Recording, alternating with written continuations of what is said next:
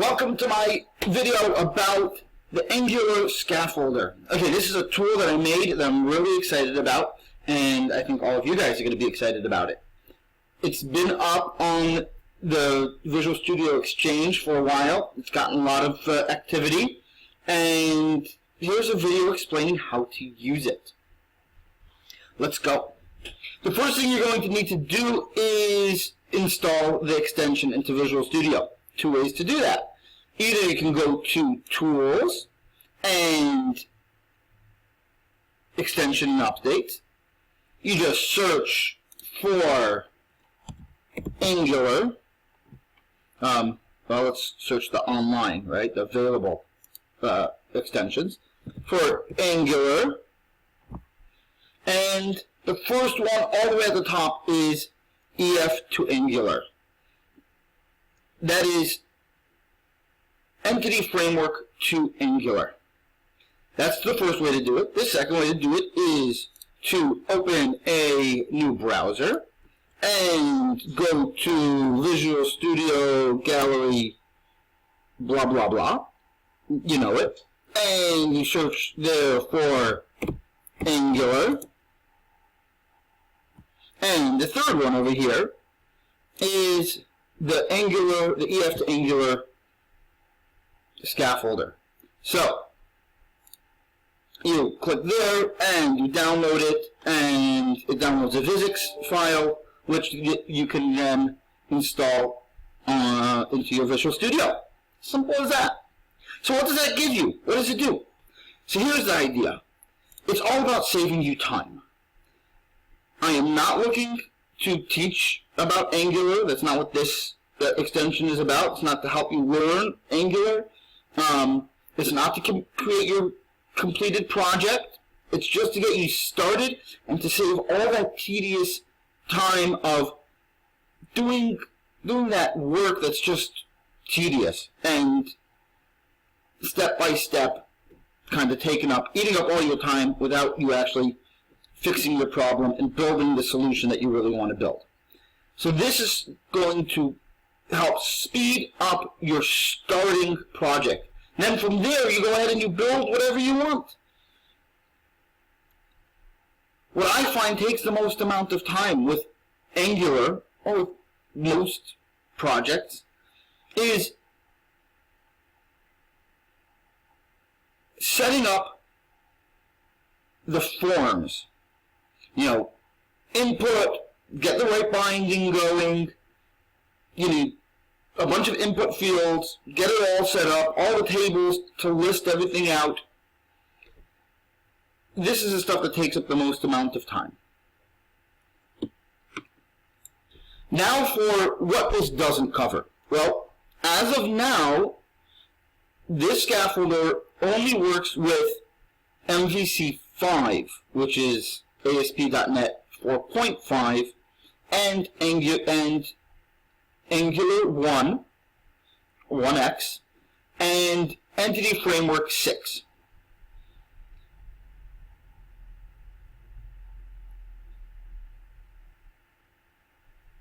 As for the ASP.NET features, a lot of people have been asking me, when are you going to support MVC Core 1.0 with EF Core 1.0 and MVC Core 1.0. At least they got them all on the same number now.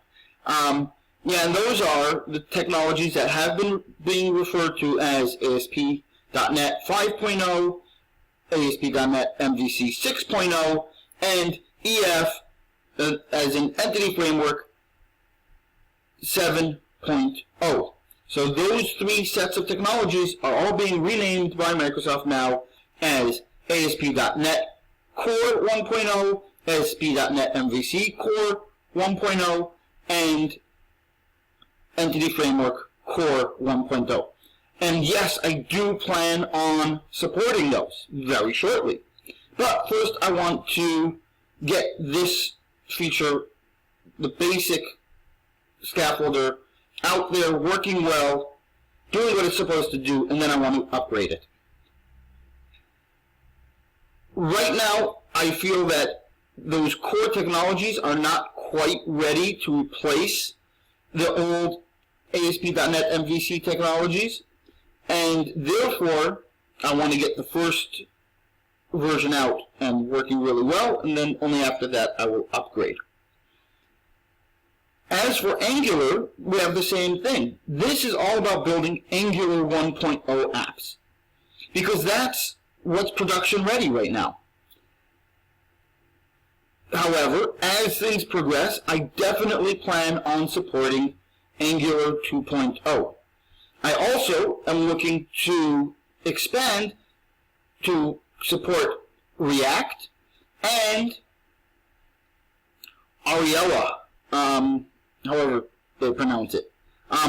Just because I'm a real big fan of the team. So let's get started. It's all about building a ASP.NET MVC app really quickly. Okay, so let's get started. This is all about building a Angular app really quickly. So we start by making a new project. New project.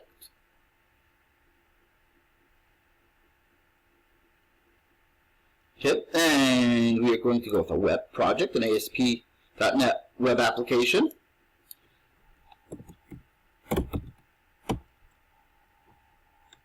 I'm going to call it Angular Demo.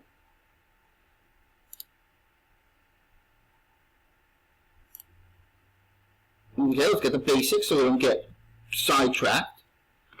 I'm going to choose MVC and folders and core references for MVC and for Web API. I'm not doing unit tests quite yet, and we're not hosting in the cloud. I want to change authentication to no authentication, not because we can't handle individual user accounts, which this scaffolder definitely handles really well, but for the purpose of the demo, I think it will be less distracting if we have a cleaner project.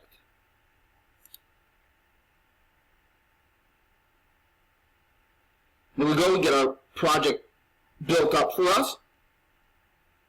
And what we should see soon is a folder with a project with folders for models, views, and controllers.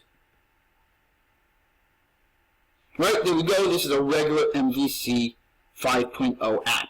We've got an app start folder where all of our configuration files go.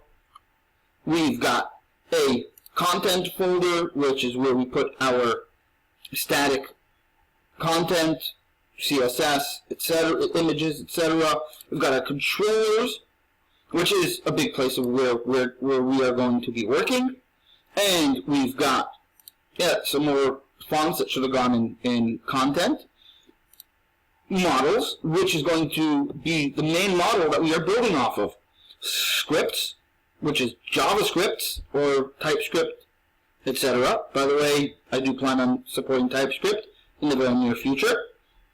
And views, which those are the really hard things to build. Not because they're hard, just because they take so much time doing the same thing over and over and over again. And that's what we are going to have our tool automatically build for us. Once the project is, once we've got our project initialized, just the basic create project as you saw, we now will add, the first things first, let's add a model. So we go into our models folder and add I'm just going to add a class file. That'll be the quickest. And I'm going to call it models. Okay, now I'm going to put all my three models in the same file. I know that's not really the best way to do things, but that's what I'm going to do just for the demo. And I'm going to take some pre-made classes that I have over here, and I'm going to copy them right into my models file. Now, this code I am going to make available to you in the show notes below the video. And this is a very simple set of classes. The to-do list is the new Hello World for MVC apps. So I created a little to-do list. However, my to-do list is way more advanced than the to-do list of like To Do MVC. I love ToDoMVC.com. It's a great way to learn about all the different frameworks out there. But the truth is it's super, super simple, right? It's got one entity, and it's got 2 fields, and it's just really, really simple. In a practical application, we're going to have a much more complex system. So my to-do system is a little more intense. And this is really what the scaffolder is all about. It's about using Angular and Entity Framework in a more realistic way, in a way that you would use it in your app, in your enterprise. Right? When I'm working with a client, I don't have an entity model with one entity in it. Do you ever notice that every single tutorial out there on the web, every single one about Web API that includes some kind of scaffolding is only built off of an entity model with one entity in it. Only one. They never have 2.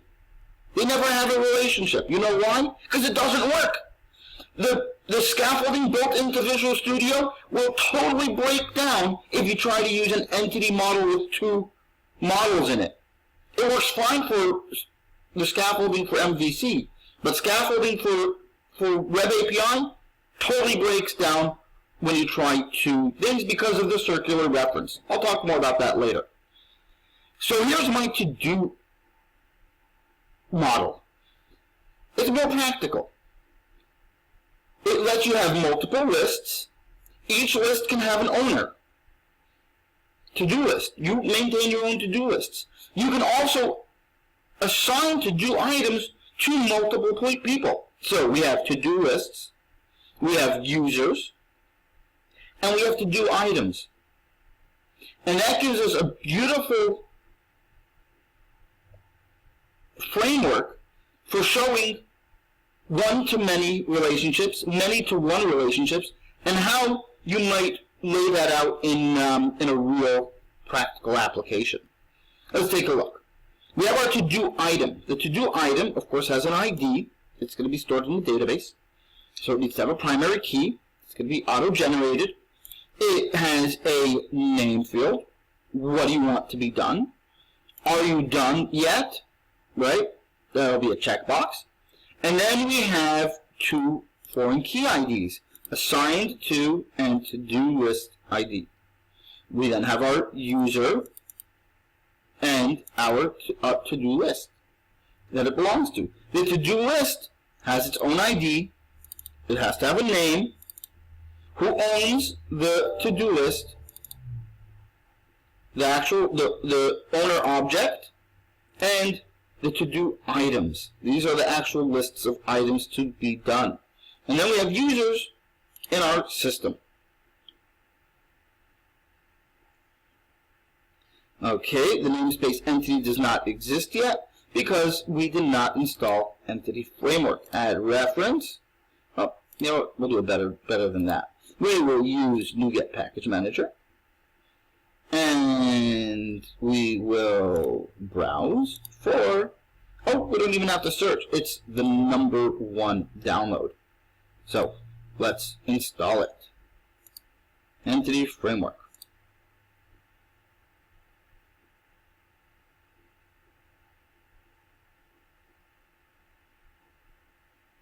Excellent. We are done.